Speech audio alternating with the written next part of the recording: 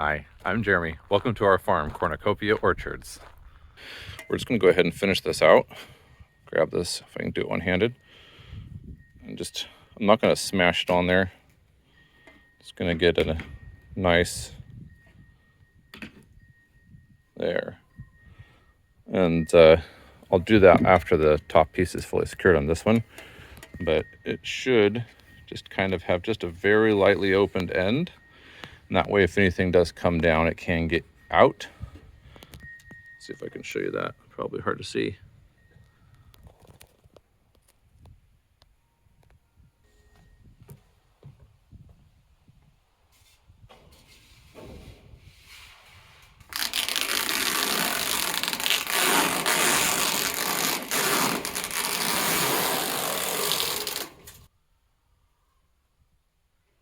Coming to own a metal roof has been a process for us, and part of the reason why we ended up with metal and not with shingles is just the nature of the building that we're building on. And it's also the reason why, in large part, although not the only reason, that we ended up with a standing seam roof. So this particular standing seam roof is very easy to install, and really, as you've seen from previous videos, you've got one side that you have to put screws in and the other side is just a hammer or a foot stomp, and then it's locked into place. And that's that's a tremendous win when you're on a steep slope and you're not a roof builder, not an installer who deals with this all the time. I've done shingle before on previous buildings, and nothing as steep or as high as this, and so having it be pretty fast to install, pretty easy to install, was a tremendous advantage for that top area. Now down here, that's not a problem, but it's a big deal to have a standing seam roof in a place like this, because it's a very highly water resistant and long lasting roof, and that really is the explanation of the difference in price. It's also easier to have a roof that is going to last you a long time. I mean, you really have to follow some basic principles, whereas with shingles there's so much that can go wrong. Bad winds, one or two pieces that go, wrong on the installation can cause the whole roof to fail over a relatively short period of time, in, a couple of years.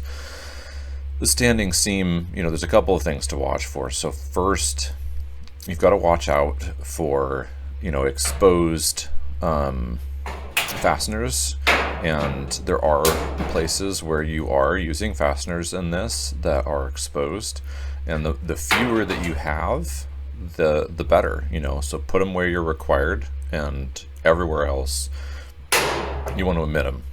And that's really the design of this roof, is to have the fewest penetrations as possible, and so that paired very nicely with a standing seam. Another thing that is a point of weakness for a metal roof is everywhere where you cut and you remove a factory finish, if it gets scratched, if it's a jagged edge and it's exposed to water constantly, that area will rust over time, and that will be a failure point. And that is part of what happens that degrades a regular roof that has lots of penetrations in it, is that every single point where you're going through a rib or going through something else with a face screw in a standard non-standing seam roof, that's what's going to happen. Is over time, that little rubberized seal is going to fail, and you need to go up every so often and replace them. And if you don't go through and replace them, they will fail, water will start coming in, it'll rot the metal, and it will get in through the wood. Again, little 5/8 or so bend up on this end piece. I could have put a Z closure through that space as well.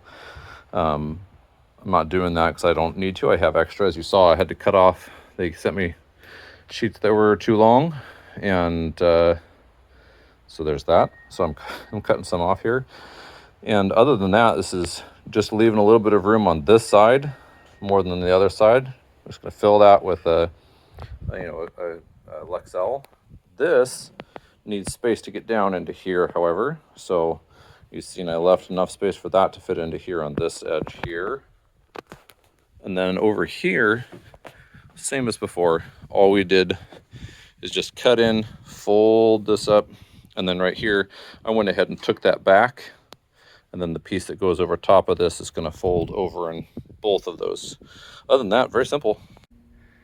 Yes, it's getting warmer. They're so excited. Hi, you dirty.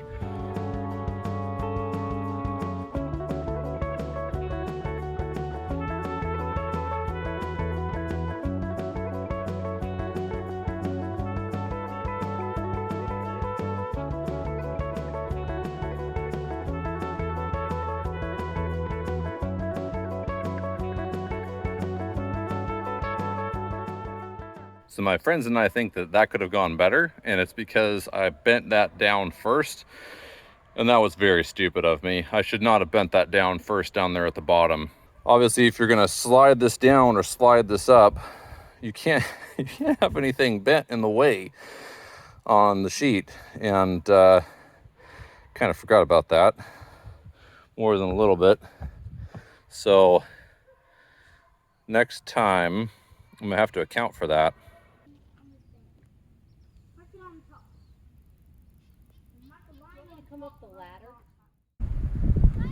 Pretty lady out with the kids.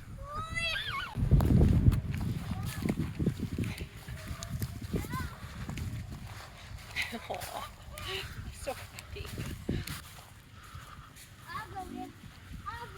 There's another one, dear. Woo-hoo-hoo!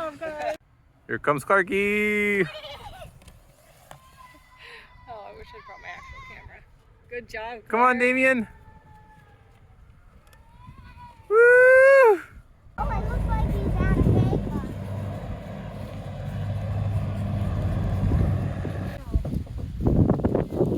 There they go.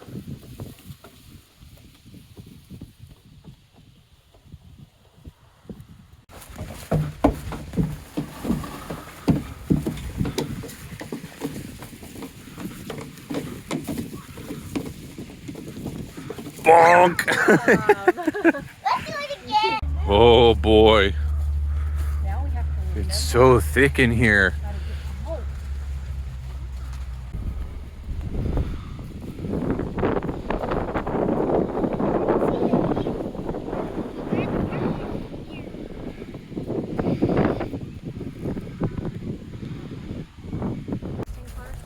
Let's run, Daddy, run.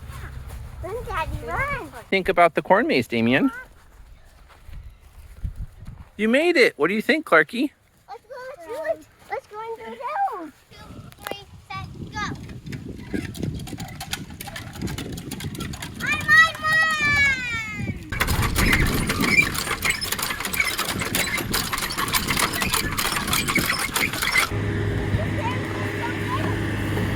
If you can't pick it up, you can't have it. You got to find one you can pick up.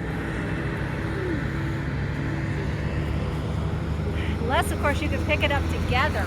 That's true. If you wanted to share a pumpkin.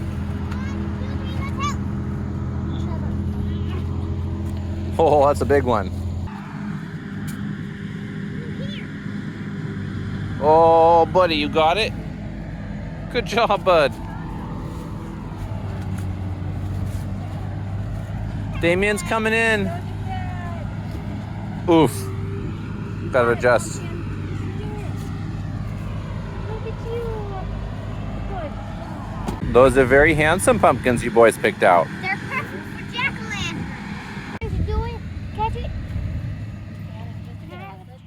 So we finished up yesterday, and I was very discouraged because looking at this section that I already installed using the 3-4-5 triangle method to determine the placement, you know, I looked at it from way further back than I'd been working. And I was like, oh my gosh, it's out of place. It's so wrong. I'm gonna have to rip it all off and redo it. Let me show you what I was seeing and then what I found. All right, so let's see if you can see what I was seeing here. Look at those vertical lines on the metal. This section that I've already installed, it looks wrong. It looks wrong. It looks like we're way off. And right now where I'm standing kind of looks like, until you look at this top window set and the one on the far side, it kind of looks like we're standing at the middle. Now let's step over using those windows at the top as an alignment tool to where we have equal space up there for black on each side. And that would indicate, you know, we're close to centered. And the roof suddenly doesn't look quite so bad. You know, I think we are off, but measuring this corner to this corner on the bottom to validate, you know, are we square to the building and everything else. And what I found was that, you know, we're off by no more than 3/16 of an inch on the bottom that way. So I think it's a visual illusion that will go away once we fill in the field, and 3/16 I can correct for that over a couple of metal sheets. We're going to put in the first screw on the top on this next one first as we go that direction. And then on the bottom, we're going to put in a screw that's slightly off plane, and it will, you know, by a 1/16 over 3 sheets, it'll force the, you know, the whole rib to move over. And you can't do much with that, but you can do a 1/16. It will fight you a little bit, but it'll go. So I'll show you in a second what that looks like from the ground now that we've got the, you know, 3/16 corrected for, and we're far enough over that I can tell it probably was pretty much entirely just a matter of perspective and angle and everything else, because it looks much better. And you can see from a distance how once you pass the center of the building, it looks as though the ribs are then pointed incorrectly in the opposite direction. So that feels good. Let me show you what I'm working on right now ahead of being able to finish out this middle run of ribs. So on the other side, I have a little Z and it runs all the way down, and I used 3 scraps, and I honestly didn't do a great job of getting it straight, which I realized more or less after I was a ways into it. And that's caused me some extra time and cuts. Can't rely on a 45-degree angle. So this time I've got this piece where I want it up here over the top of the hip, 1 screw, and this is just 1 piece coming all the way down. A full piece is where I want it on the bottom, 1 screw. Now here in the middle, all I have to do to make it perfect is just push these together and find the spot where they want to sit nicely relative to each other, which is about right there. Now, as to why I'm using this Z, well, you either have to do bend ups on the ends of these, or you can, you know, essentially have a backer piece and then just use metal caulk, Lexel in my case, although I do also have Flex Seal, so I might end up using some of that as well. And that seals it at the back. I will also put in a foam closure, so there shouldn't be any water getting pushed up and then coming underneath.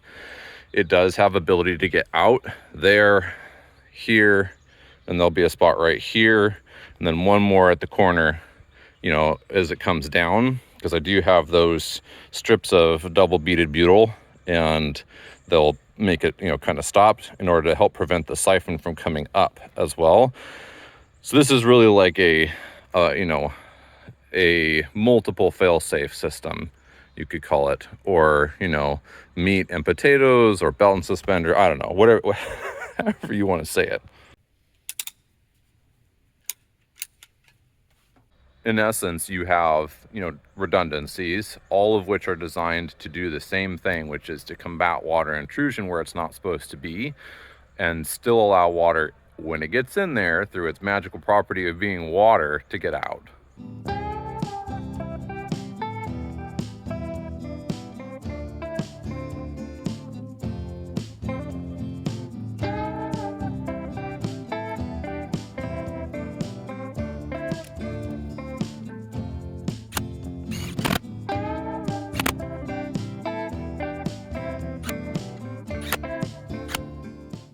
I think that looks correct. I think that looks the way it should look. So I think we're good. Second day on this little roof here on the top, and we've got the metal on the major part all done. Just needs a couple of screws on the very edges up at the top where it'll be underneath the hip cap or ridge cap. And other than that, this is all done. So tomorrow is going to be the two little triangles that are on the outsides, the north and the south parts. And we're getting real close on this upper roof. And then we're done on this whole side once that upper roof is done, until we decide to finish out onto the porch. Still have a little bit down there to do, but you know, it's coming out really nice, and just needs that hip cap to go on there. I've already sealed edged down to like right there with Lexel, so that's gonna be just fine. Some of the cuts were not as good as I would have liked, and you know, I kept having to nibble a little bit here and there, and I don't know. I'm apparently straight lines and I don't mix. But this is really the only egregious one that I had, and I just didn't feel like cutting another sheet. It's up underneath there. I can seal that little strip and it will be fine. Same as the rest of them. It's going to take a foam closure as well, so.